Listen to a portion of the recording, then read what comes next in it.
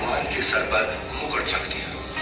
तब पास में रखी कंठी पर ध्यान दिया और कल्पना में ही बोले, हे भगवान, आज तो कंठी डालना ही भूल गया। फिर कंठी उठाकर मुकुट के ऊपर से डालने लगे, लेकिन माला मुकुट में फंस गई। अब स्वामी जी चिंतित हो गए और कल्पना में ही सोच रहे हैं, हे भगवान, आज ये आपके दास के साथ क्या बनी? यदि कंठी नहीं डाली तो पूजा अधूरी रह जाएगी। और अब यदि मुकुट उतार दिया तो पूजा खंडित हो जाएगी। आज से पहले ऐसी गलती कभी नहीं बनी थी। हे प्रभु, आज क्या गलती बन गई मुझ पापी से? आज का तो मेरा सारा दिन ही व्यर्थ गया। जब स्वामी जी मन ही मन में व्याकुल हो रहे थे और अपने आप को कोस रहे थे, तब परमेश्वर कबीर साहब जी पर्दे के पीछे से बोले, हे स्वामी जी, चिंता मत कीजिए, इस माला की गांठ खोल दीजिए और फिर ठाकुर जी के गले में डालकर इस माला को बांध दीजिए। फिर आपको मुकुट उतारना नहीं पड़ेगा। स्वामी रामानंद जी ने जब कबीर साहब जी की पर्दे के पीछे से आवाज सुनी तो उन्हें एकदम झटका सा लगा। वो एकदम आंखें खोलकर चौंक जाते हैं और मन ही मन विचार करते हैं कि हे भगवान, ये क्या? यहाँ ना तो कोई मूर्ति है और ना कोई माला। मैं तो काल्पनिक पूजा कर रहा था। क्या कर रहा हो? और मेरे मन में चल रही इस काल्पनिक क्रिया को इस बालक ने कैसे डाल दिया?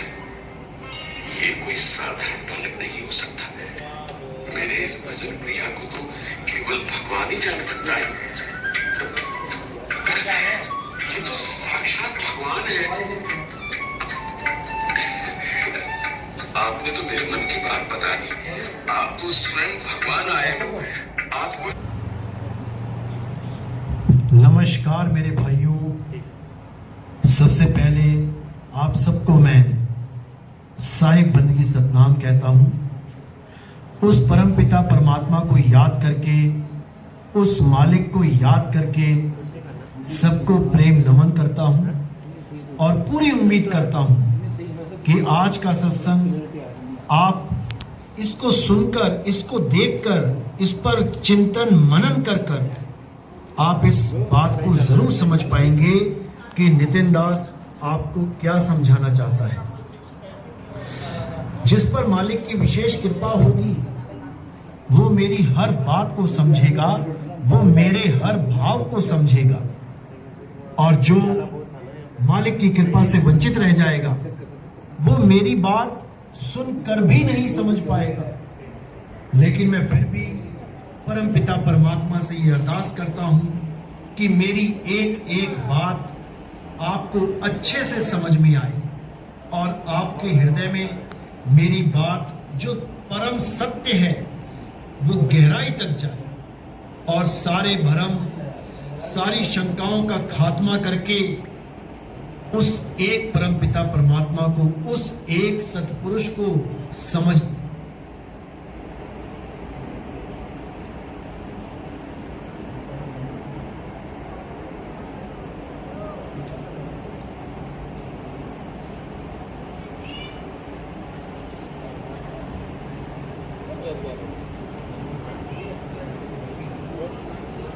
के काबिल हो जाए। मैं बस इतना ही चाहता हूं अपने मालिक से, इतना ही अरदास करता हूं अपने बंदी छोड़ से, अपने परम पिता परमात्मा से कि आप सब मेरे भाइयों का विवेक बढ़ता ही जाए और हर उस बात को समझ पाए जो नितिन दास समझाना चाहता है, क्योंकि ये आखिरी जन्म है मेरे भाइयों।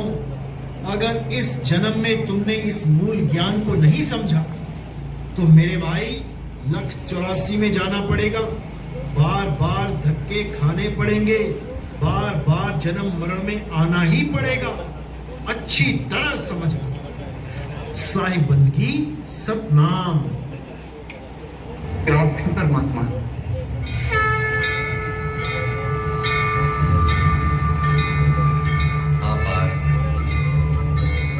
मैं परमात्मा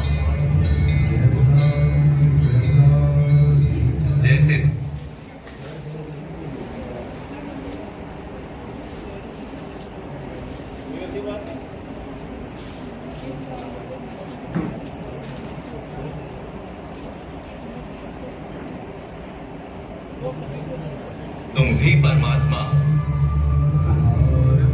केवल तुम अभी जागृत नहीं हुए और मैंने ये जान लिया।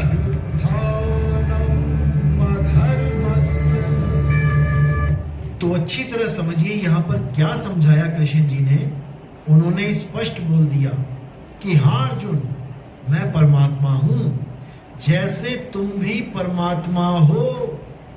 मैंने तो ये जान लिया है, लेकिन तुम अभी ये नहीं जानते। और कब जानोगे? जब तुम किसी तत्वदर्शी संत को गुरु धारण करोगे। अध्याय 4 34वां श्लोक यही समझा रहा है। जब हम गुरु धारण कर लेते हैं तब हमें समझ में आ जाता है कि हम भी एक आत्मा हैं। अब हम अपने आप को कभी शरीर नहीं समझेंगे। हम अपने आत्म तत्व को प्राप्त करेंगे और उसको प्राप्त करने के बाद हम और कृष्ण एक हो जाएंगे। क्योंकि आत्मा का ज्ञान प्राप्त कर लेना ही परमात्मा का ज्ञान प्राप्त करना है, जीव का नहीं। जीव तो भटक रहे हैं, ज्ञान आत्मा का प्राप्त करना। इसीलिए संतों ने भी बोला, आत्म में परमात्म दर्शे। आत्मा में ही परमात्मा है। तेरा साईं तुझ में है, जाग सके तो जाग। तेरा परमात्मा कहीं बाहर नहीं, तेरा परमात्मा तेरी आत्मा में विराजमान है। इसीलिए गुरु ग्रंथ साहब ने बोला, आत्म में राम, राम में आत्म, चीनस गुरमुख विचार। अपने से भिन्न किसी परमात्मा को पूजना ये ज्ञान नहीं है। अपने में खोजो उसको। देखो क्या कहते हैं, जो अपनी आत्मा के दर्शन कर लेता है वो परमात्मा के दर्शन कर लेता है। जैसे नमक के एक कण का स्वाद समग्र सागर के स्वाद से भिन्न नहीं होता, वैसे अपनी आत्मा के दर्शन परमात्मा के दर्शन से भिन्न नहीं होते।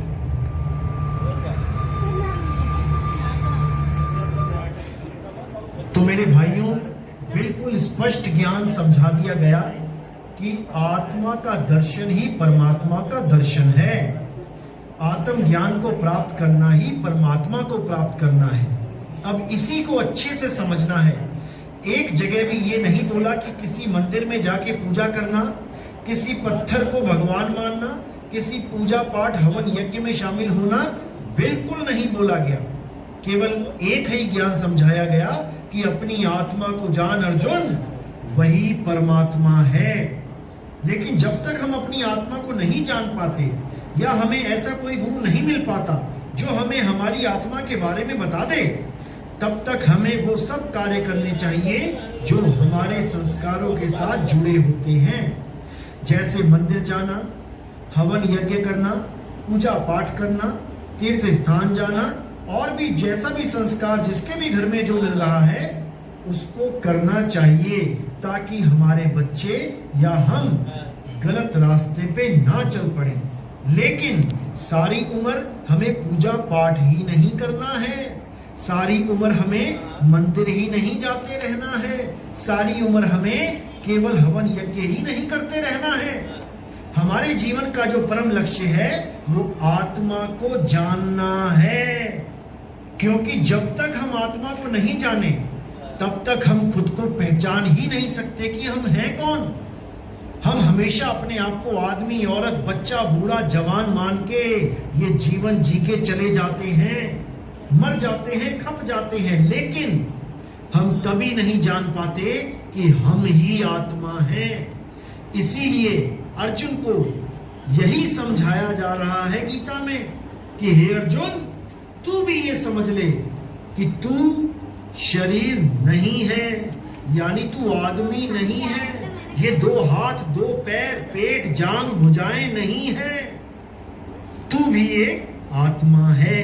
और ये जितने भी योद्धा खड़े हैं रणभूमि में, ये भी वैसे नहीं हैं जैसे तुम्हें दिखाई दे रहे हैं कि उनके 2 हाथ, 2 पैर, पेट, जांघ, कंधे, चेहरा, ये सब वो नहीं हैं।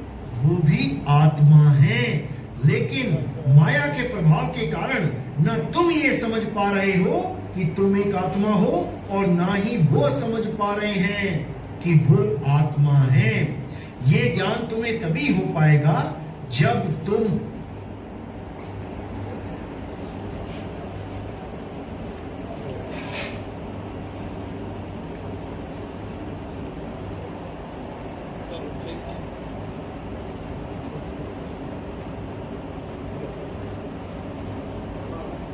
आत्म ज्ञानी गुरु को